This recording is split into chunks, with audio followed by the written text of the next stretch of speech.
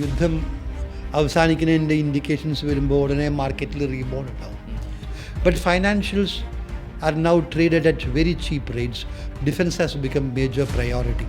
നിങ്ങളുടെ financial goals achieve ചെയ്യാൻ നിങ്ങളുടെ ഇൻവെസ്റ്റ്മെൻറ്റ് കൊണ്ട് സാധിക്കും എന്നുള്ള ഒരു സാഹചര്യം ഉണ്ടെങ്കിൽ അപ്പോൾ വെക്കാം. ഗോൾഡിലെ ഇൻവെസ്റ്റ്മെൻറ്റ് സ്ട്രാറ്റജി എന്തായിരിക്കും?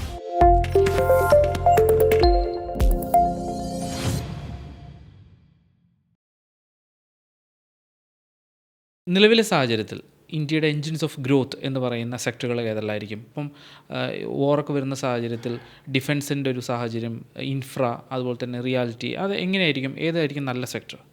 മാർക്കറ്റിൽ ഒരു റീബൗണ്ട് ഉണ്ടാകുമ്പോൾ, അത് യുദ്ധം അവസാനിക്കുന്നതിൻ്റെ ഇൻഡിക്കേഷൻസ് വരുമ്പോൾ ഉടനെ മാർക്കറ്റിൽ റീബൗണ്ട് ഉണ്ടാവും. ആ റീബൗണ്ട് നമ്മൾ ആദ്യം ശ്രദ്ധിക്കേണ്ടത്, ഇപ്പോൾ ഏറ്റവും അധികം ബീറ്റൺ ഡൗൺ ആയിട്ടുള്ള തീംസിലാണ് ആ റീബൗണ്ട് വരിക. അല്ലാണ്ട് അടുത്ത ഒരു വർഷത്തേക്ക് അല്ലെങ്കിൽ 2 വർഷത്തേക്കുള്ള ഗ്രോത്ത് പ്രോസ്പെക്ട്സ് എന്താണ്, അത് പ്രധാന ഘടകമാണെങ്കിലും sharp rebound will happen in those sectors which have been beaten out of shape. അതിൽ ആ ഒരു കാഴ്ചപ്പാടിലൂടെ പറയുമ്പോൾ my first choice will be financial services. കാരണം ഇപ്പോൾ നമ്മുടെ പ്രൈസ് ഏർണിംഗ് മൾട്ടിപ്പിൾ, ഇപ്പോഴത്തെ ഒരു വാല്യുവേഷൻ വെച്ച് പറയുമ്പോൾ, ഇപ്പോഴത്തെ നിഫ്റ്റി ലെവൽ വെച്ച് പറയുമ്പോൾ, Nifty must be trading at around, let us say 19.8, 19.9 times. I'm talking about FY26 earnings. FY27 earningsനെ കുറിച്ച് പറയുമ്പോൾ PE കുറിച്ച് നമുക്ക് പറയാൻ കഴിയില്ല. കാരണം ഈ അൺസർട്ടൻ ഫാക്ടറാണ്, അത് യുദ്ധത്തിനെയും ഒക്കെ ആശ്രയിച്ചിരിക്കും. അപ്പോൾ ഇപ്പോഴത്തെ ഒരു price earning multiple is around 19.8, 19.9 എന്ന് വയ്ക്കാം. അതിൽ financials are attractively valued. 19.8 price earning multiple is only fair valuations, not cheap valuations. But financials are now traded at very cheap rates, particularly the leading names in private sector banks, because of some news in the market which do not have any genuine grounds. I am not going into the details. Pala stocks financials attractive valuations ആണ്. പ്രത്യേകിച്ച് ഈ leading names in private banks ഒക്കെ തന്നെ വലിയ തോതിൽ price കുറയാനുള്ള കാരണം FIIസിൻ്റെ selling ആണ്.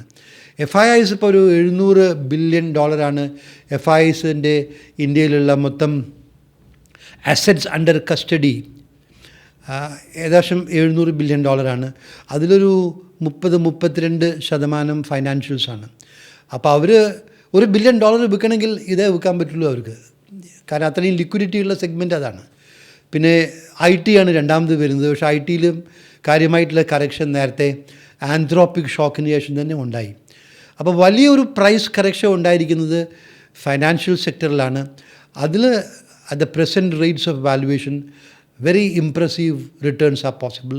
Particularly if you have a 2-year time horizon, very impressive returns are possible. പക്ഷെ അവിടെ ക്ഷമ പരീക്ഷിക്കും. ഒരു 3 ആഴ്ചകളിലോ 2 മാസങ്ങളിലോ ഉണ്ടായിക്കൊള്ളുന്നില്ല.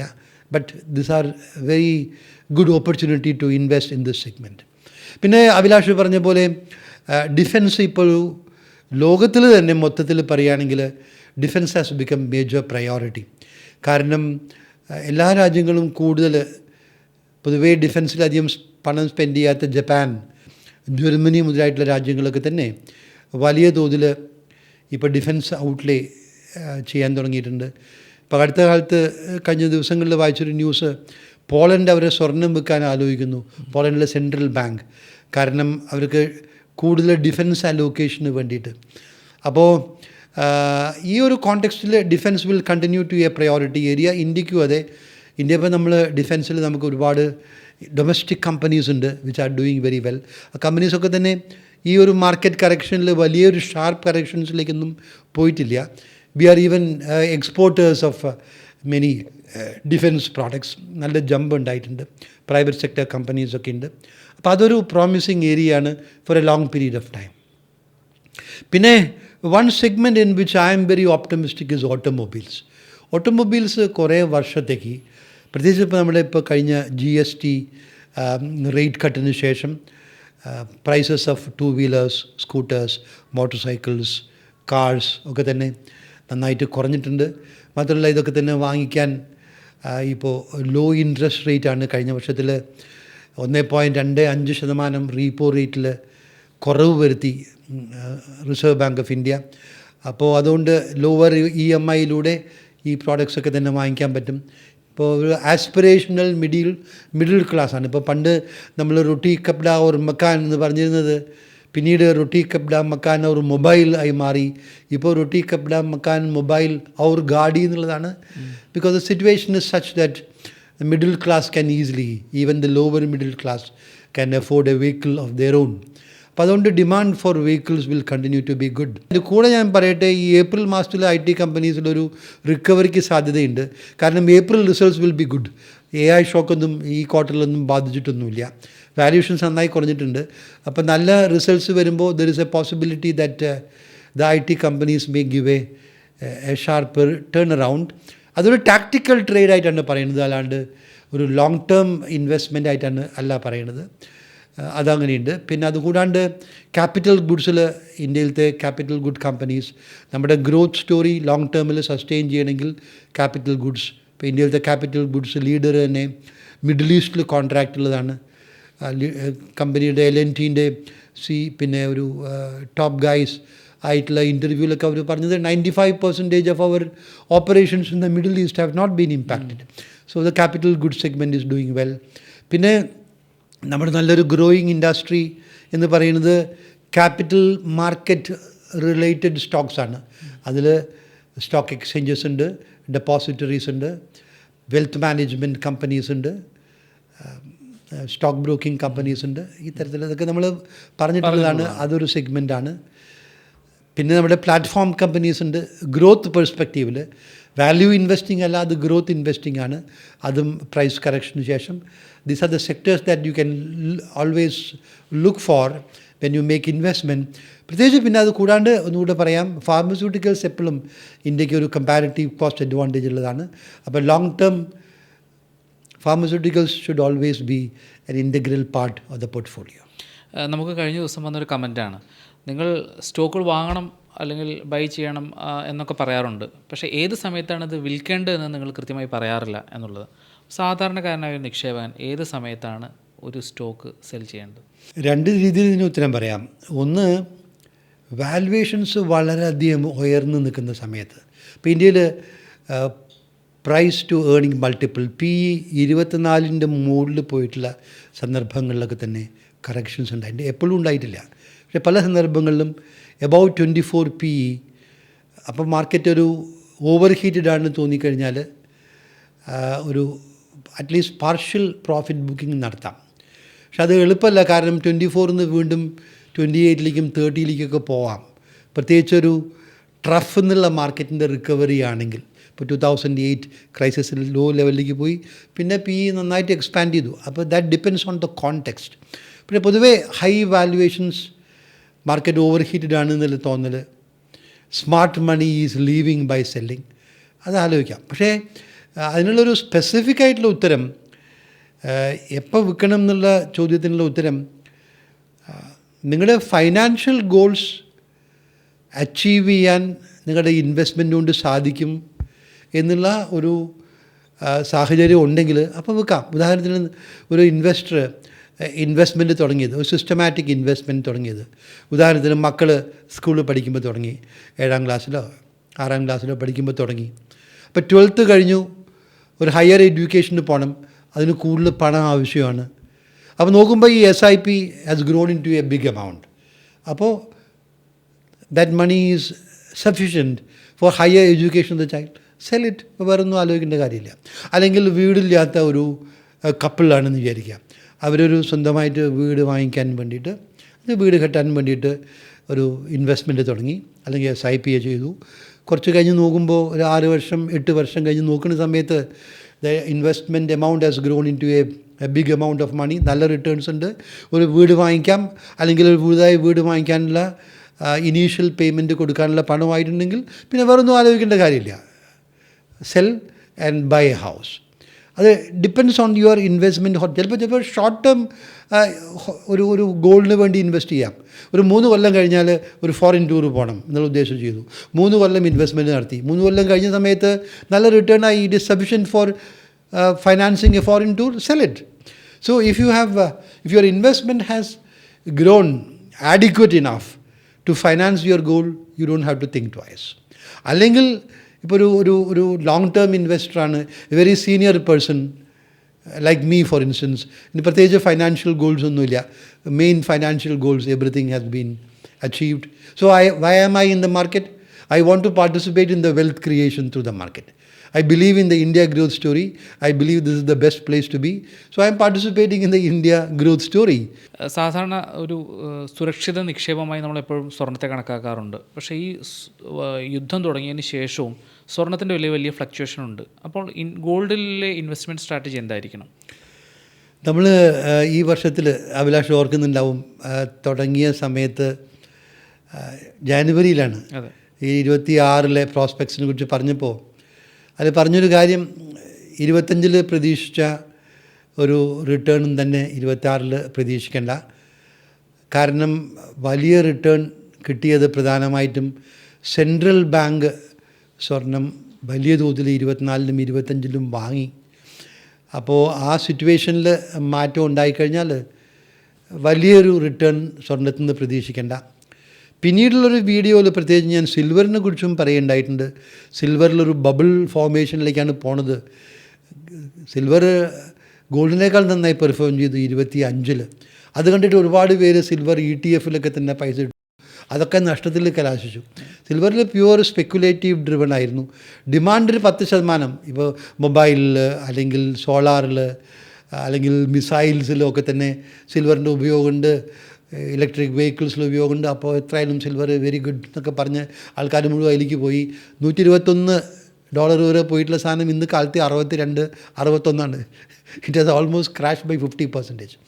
അപ്പോൾ 10% ഡിമാൻഡ് ഇൻക്രീസ് ചെയ്യുമ്പോൾ 100% ആളുകളുടെ സ്പെക്കുലേറ്റീവ് ബൈയിങ് ഇൻക്രീസ് ചെയ്യുന്നത്. അതുകൊണ്ടാണ് ഈ സ്പെക്കുലേറ്റീവ് ബബിൾസ് ഫോം ചെയ്യുന്നത്.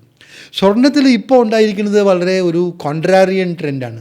നോർമലി നമ്മൾ പറയുക gold is a safe haven during times of uncertainty. അനിശ്ചിതത്വത്തിൻ്റെ സമയത്ത്, പ്രത്യേകിച്ച് ഇപ്പോഴത്തെ ഈ ജിയോ പൊളിറ്റിക്കൽ അൺസർട്ടനിറ്റിയുടെ കോണ്ടെക്സ്റ്റിലൊക്കെ തന്നെ സ്വർണം ഒരു സുരക്ഷിത താവളം എന്നാണ് പറയുക. ഇപ്പോഴും സ്വർണ്ണത്തിന് എന്താ സംഭവിച്ചു? 20% കുറഞ്ഞു. 5600 ഇപ്പോൾ റീസെൻ്റ് പീക്ക്.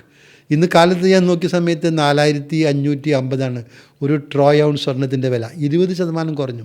ഇന്ത്യയിൽ നമുക്ക് അത്രയും ഫീൽ ചെയ്തില്ല, കാരണം റുപ്പി വാറിന് ശേഷം മോർ ദാൻ 4% ഡിപ്രീഷിയേറ്റ് ചെയ്തിട്ടുണ്ട്.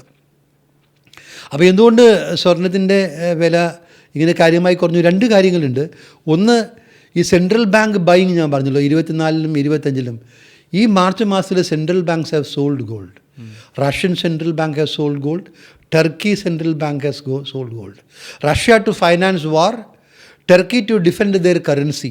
കാരണം കറൻസി കാര്യമായിട്ട് കുറയുന്ന സമയത്ത് കറൻസീനെ ഡിഫെൻഡ് ചെയ്യണമെങ്കിൽ, മാർക്കറ്റിൽ ഓപ്പറേറ്റ് ചെയ്യണമെങ്കിൽ പണം വേണം. അതിന് വേണ്ടിയിട്ട് അവർ central bank, Turkey central bank സ്വർണം വിറ്റു. കിർഗിസ്ഥാൻ, കസാക്കിസ്ഥാൻ സെൻട്രൽ ബാങ്ക്സ് സ്വർണം വിറ്റു. അപ്പോൾ ആ central bank selling of gold has come down. അത് പ്രധാനമായിട്ടൊരു ഘടകമാണ്. പക്ഷേ എങ്കിലും ചൈനീസ് സെൻട്രൽ ബാങ്കൊക്കെ സ്വർണ്ണം ഇപ്പോഴും വാങ്ങുന്നുണ്ട്. ഒരു crash is unlikely, but this is A good correction. അതുകൊണ്ട് വേറൊരു പോയിൻ്റ് കൂടെ ഉണ്ട്. This also is very important. സ്വർണം ഒരു നോൺ ഈൽഡിങ് അസറ്റാണ്. ഇപ്പോൾ നമ്മൾ സ്വർണം വാങ്ങിക്കുന്നു, ഒരു $10 ബില്യൺ സ്വർണം വാങ്ങിക്കുന്നു ഒരു ഇൻസ്റ്റിറ്റ്യൂഷൻ. സ്വർണം വില കയറുമ്പോൾ മാത്രമല്ല ഒരു അപ്രീസിയേഷനേ ഉള്ളൂ. പക്ഷേ അതിന് ഓപ്പർച്യൂണിറ്റി കോസ്റ്റ് ഉണ്ട്. ഓപ്പർച്യൂണിറ്റി കോസ്റ്റ് എന്ന് പറഞ്ഞാൽ ഒരു അവസരാത്മക ചിലവ്. Opportunity cost is what you lose from the next best alternative use.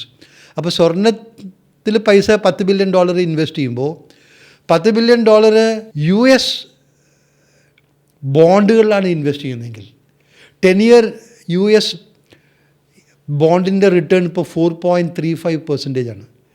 ഇപ്പോഴത്തെ return 4.35%. So if you invest in US bonds, you get 4.35%. If you invest in gold, you don't get any return. You'll get a return only if the price goes up. The price comes down, there is a decline in the value of investment. അപ്പോൾ ഒരു non yielding asset ക്ലാസ്സായി ഗോൾഡിൽ നിന്ന് yielding asset class ആയിട്ടുള്ള US ബോണ്ട്സിലേക്ക് പണം പോയി. അവിടെയാണ് ഈ opportunity cost concept വളരെ പ്രധാനമാകുന്നത്. അതാണ് അബ്നോർമൽ ബിഹേവിയർ ഉണ്ടായത്. During times of crisis gold prices started declining instead of going up. നിലവിലെ സാഹചര്യത്തിൽ ഈ ഫ്ലക്ച്വേഷൻ വരുന്നു, ജിയോ പൊളിറ്റിക്കൽ ടെൻഷൻസ് വരുന്നു, റുപ്പി ഫോൾ ഉണ്ടാകുന്നു, അങ്ങനെ ഈ അനിശ്ചിതത്വം നിറഞ്ഞ ഈ സമയത്ത് നേരിട്ട് ഓഹരികൾ വാങ്ങുന്നതാണോ മ്യൂച്വൽ ഫണ്ട് വഴി നിക്ഷേപിക്കുന്നതാണോ നല്ലത് നിക്ഷേപകർക്ക്? അതിൽ തന്നെ SIP ആണോ അതോ ലംസമാണോ നല്ലത്? ഓക്കെ, അത് നിക്ഷേപകൻ്റെ വൈദഗ്ധ്യത്തെ ആശ്രയിച്ചിരിക്കും. നേരിട്ട് സ്റ്റോക്ക് മാർക്കറ്റിൽ ഇൻവെസ്റ്റ് ചെയ്യാൻ നേരിട്ട് നല്ല പ്രോസ്പെക്ട്സ് ഉള്ള ഇൻഡസ്ട്രീസും ആ ഇൻഡസ്ട്രീസിൽ ഏറ്റവും കൂടുതൽ പ്രോമിസിങ് ആയിട്ടുള്ള സ്റ്റോക്സും ഐഡൻറ്റിഫൈ ചെയ്യാനുള്ള ആ ഒരു വൈദഗ്ധ്യമുള്ള ഒരു ഇൻവെസ്റ്റർ ആണെങ്കിൽ നേരിട്ട് സ്റ്റോക്സിൽ ഇൻവെസ്റ്റ് ചെയ്യാം. പക്ഷേ ആ ഭൂരിപക്ഷനും അതില്ല എന്നുള്ളതാണ് അനുഭവം. അതുകൊണ്ട് ആ ഒരു വൈദഗ്ധ്യമോ അങ്ങനെ ഒരു സ്റ്റോക്ക് സെലക്ഷൻ നടത്താനുള്ള സമയമോ ഇല്ലാത്ത ഒരു ഇൻവെസ്റ്റർ ആണെങ്കിൽ ഏറ്റവും സിമ്പിൾ സൊല്യൂഷൻ ഒരു ഡൈവേഴ്സിഫൈഡ് ഇക്വിറ്റി മ്യൂച്വൽ ഫണ്ട്, അതാണ് ഏറ്റവും നല്ലത്. നേരിട്ട് ഇൻവെസ്റ്റ് ചെയ്യാൻ പറ്റുമെങ്കിൽ ചെയ്യാം. കാരണം ഒരു ഇൻഡിവിജ്വൽ സ്റ്റോക്സ് നിങ്ങൾ നന്നായിട്ട് ഐഡൻറ്റിഫൈ ചെയ്തു and that stock appreciated handsomely, the returns can be much higher than the returns that you will get from a diversified fund. അതുകൊണ്ട് ഞാൻ ആ ഒരു എക്സ്പെർട്ടീസ് ആൻഡ് ടൈം ആ രണ്ട് ഫാക്ടറും പറഞ്ഞത്. രണ്ടാമത്തെ ചോദ്യം നമ്മൾ SIP ചെയ്യണോ അല്ലെങ്കിൽ ലംസം ഇൻവെസ്റ്റ്മെൻറ്റ് ചെയ്യണോ എന്നുള്ളതാണ്. SIP is any time investment, A full proof investment, any time investment, എപ്പോഴും വേണമെങ്കിലും ചെയ്യാം. മാർക്കറ്റ് ഹൈ ലെവലിൽ നിൽക്കുകയാണെങ്കിൽ SIP തുടരണം, കാരണം താഴത്തേക്ക് വരുമ്പോൾ U will get more units. Market വളരെ ലോ സമയത്ത് നിൽക്കുമ്പോൾ SIP തുടരണം, കാരണം മാർക്കറ്റ് കയറുമ്പോൾ ആ പ്രൈസ് അപ്രീസിയേഷൻ്റെ ബെനിഫിറ്റ് ഉണ്ടാവും. So SIP full proof strategy, anytime, continue with systematic investment plans. Lump sum, again, that depends on the investor's risk appetite. നല്ല risk appetite ആയിട്ടുള്ളൊരു ഇൻവെസ്റ്ററാണെന്ന് വിചാരിക്കാം. ഒരു 3 കൊല്ലത്തേക്ക് ഇൻവെസ്റ്റ്മെൻറ്റ് ഹൊറൈസൺ ഉണ്ട്. അടുത്തൊരു 6 മാസത്തേക്കോ 1 വർഷത്തേക്കോ ഞാൻ പ്രൈസ് തന്നെ നോക്കുന്നില്ല. ഐ വിൽ ബി ഇൻവെസ്റ്റിംഗ് ഒരു പെർട്ടിക്കുലർ ലംസം എമൗണ്ട് ഞാൻ ഇൻവെസ്റ്റ് ചെയ്യണു. 3 കൊല്ലം കഴിഞ്ഞിട്ട് നോക്കാമെന്നല്ല, അതിൻ്റെ മുമ്പ് നോക്കാം. പക്ഷേ 1 വർഷത്തെ പ്രൈസ് ഒന്നും ഞാൻ ബോദർ ചെയ്യാൻ ഉദ്ദേശിക്കുന്നില്ല. I have a time horizon of 3 years. അതിനുശേഷം മാത്രമേ എനിക്കത് വിൽക്കണ്ടേ എന്നുള്ള കാര്യമൊക്കെ ആലോചിക്കുള്ളൂ. You can make lump sum investment. അല്ലെങ്കിൽ കുറച്ചുകൂടെ ഒരു സേഫായിട്ട് ഈ ഒരു ക്രൈസിസ് പീരീഡ് ആയത് കാരണം സിസ്റ്റമാറ്റിക് ട്രാൻസ്ഫർ പ്ലാൻ ആലോചിക്കാവുന്നതാണ്. ഒരു ലിക്വിഡ് ഫണ്ടിൽ പണം ഇട്ടിട്ട് transfer every month next 3 months or 6 months. പക്ഷേ ഐഡിയലി ഒരു ഹൈ റിസ്ക് ആപ്പിറ്റൈറ്റ് ആയിട്ടുള്ളൊരു ഇൻവെസ്റ്റർ ആണെങ്കിൽ ഒരു 3 to 4 year ടൈം ഹൊറൈസൺ ഉണ്ടെങ്കിൽ I would say go four